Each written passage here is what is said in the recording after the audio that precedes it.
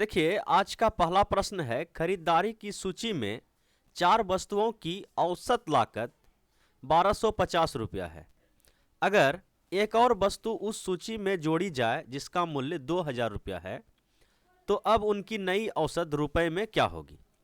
देखिए, 4 वस्तु है और प्रत्येक का मूल्य औसत बोला जाए, प्रत्येक लगभग समान। तो औसत जो है 4 वस्तु का इतना है।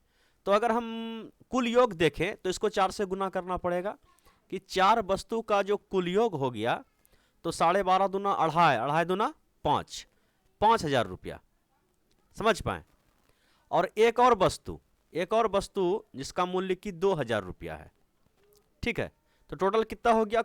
मतलब कि कुल योग कितना हो गया पांचों वस्तु का? बोलिए 7000। तो पूछा गया है कि अब उसकी नई औसत क्या होगा। तो ये 5 वस्तु का मूल्य है, इसको क्या करेंगे? 5 से भाग दे देंगे तो 14 पंचे 70 और ये डबल जीरो यहाँ पे आके चिपक जाएगा। तो 1400 रुपया इस सवाल का क्या होगा? सही आंसर। कि अब उसका नया औसत कितना हो गया? तो 1400 रुपया। बड़ा सिंपल प्रश्न था, पहला प्रश्न था, बड़ा सिंपल प्रश्न था। चलिए बढ़ते हैं क्वेश्चन नंबर 2 की ओर और देखते हैं क्वेश्चन नंबर 2 क्या है। प्रश्न है, किसी 400 रुपए की वस्तु को खरीदते समय एक व्यक्ति 7% टैक्स तथा एक अन्य वस्तु जिसकी कीमत 6400 रुपया है 9% टैक्स भुगतान करता है। दोनों वस्तुओं को एक साथ खरीदते समय व्यक्ति कितने प्रतिशत टैक्स जमा करेगा? समझिएगा कि 400 रुपया का अगर वह सामान खरीदता है तो 7% टैक्स देता है। 7% अगर हम इसका निकालें तो कितना हो जाएगा? बोलिए कि 400 गुना 7/100, ये डबल जीरो से ये डबल जीरो खत्म, सच्चों के 28 रुपया वह टैक्स देगा। फिर बताया गया है कि 6400 रुपये का अगर सामान खरीदता है तो 9% टैक्स लगता है। तो कितना टैक्स हो गया? तो बोलिए कि 6400 का 9%। ये डबल जीरो से ये डबल जीरो खत्म, चाह के 36 के लिए 6 हाथे बचा 3 और 9 बचे 25, 254, 54 और 3 57। तो 576 रुपया टैक्स देगा। अगर टोटल हम देखें कि टोटल टैक्स कितना दिया, दोनों को जोड़ देंगे।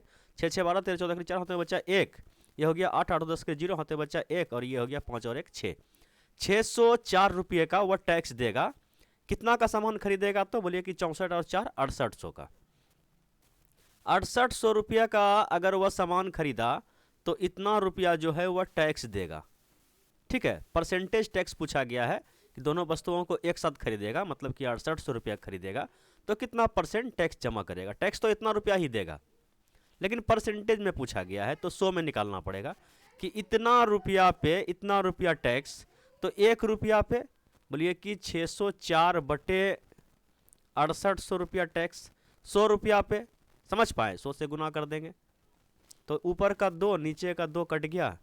अब इसको भाग दे दीजिए, 4 से कटने वाला है, बिल्कुल 4 से कटेगा। 4 से कटेगा ये 15 और 1 ये 4 से कटेगा 17 चौके 68, तो भाग देना पड़ेगा। बोलिए कि 17 पचे 50 17 17 अठे 36 से 17 अठे 36 से तो 8 पूर्णांक 36 और 51 15 और बटे 17। तो ऑप्शन नंबर बी ना, क्या लिखा गया है? अच्छा, ए बी उल्टा हो गया, कोई दिक्कत नहीं, ये हम इस पे ध्यान दे रहे हैं। 8 सही 15/17% होगा। बात समझ पाए?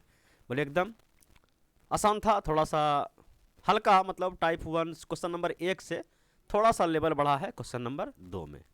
अब आते हैं क्वेश्चन नंबर 3 की ओर और ये रहा क्वेश्चन नंबर 3 आपके स्क्रीन पे। इसको भी समझा जाए, बड़ा आसान प्रश्न है। बताया गया है कि बी का जन्म तब हुआ जब ए की आयु 4 वर्ष 7 माह थी। सी का जन्म तब हुआ जब बी की आयु 3 वर्ष 4 माह थी। जब सी की आयु 5 वर्ष 2 माह थी तब उनका औसत ज्ञात करें। देखिए, पहले किसमें किसमें संबंध बताया गया है? बोलिए बी और ए में। बी में और किसमें? ए में संबंध बताया गया है। बताया गया है कि जब बी का जन्म हुआ तो बी का जन्म तो बी का उम्र कितना? 0 वर्ष। उस समय ए की आयु 4 वर्ष 7 माह थी। ठीक, ये कंडीशन पूरा हो गया। दूसरा कंडीशन बताया गया कि इसमें सी और बी में, सी और बी में बताया गया है जब सी का जन्म हुआ तो सी कितना का? 0 का। सी का जन्म हुआ जब बी की आयु 3 वर्ष 4 माह थी। बी का आयु 3 वर्ष 4 माह, ये प्लस करके मान लिख रहे हैं। ठीक है, अब प्रश्न पूछा गया है कि उस समय का हमको औसत बताइए कि जब सी की आयु 5 वर्ष 2 माह थी। सी की आयु, सी अभी यहाँ पे जो संबंध दिया गया है, यहाँ पे सी का क्या हुआ है, अभी जन्म हुआ है, सी 0 वर्ष का है। बताया गया है सी जब 5 वर्ष 2 महीने का हो जाएगा, सी कितना का हो जाएगा, बोलिए कि 5 वर्ष 2 महीने का।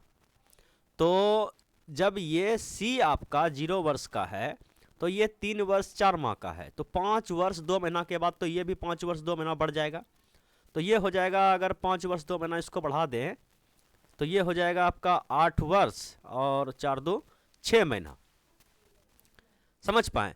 तो अब देखिए कि बी यहाँ 0 वर्ष का है, जब बी आपका 8 वर्ष 6 महीना का हो जाएगा, बी कितना का हो जाएगा, बोलिए कि 8 वर्ष 6 महीना का। तो ये भी तो, ये दोनों संबंध किसका है, बोलिए जब बी का उम्र 0 वर्ष था, तो बी अब कितना का हो गया है, 8 साल 6 महीना बढ़ गया है। तो इस हिसाब से ए का उम्र भी इससे बढ़ जाएगा 8 साल 6 महीना।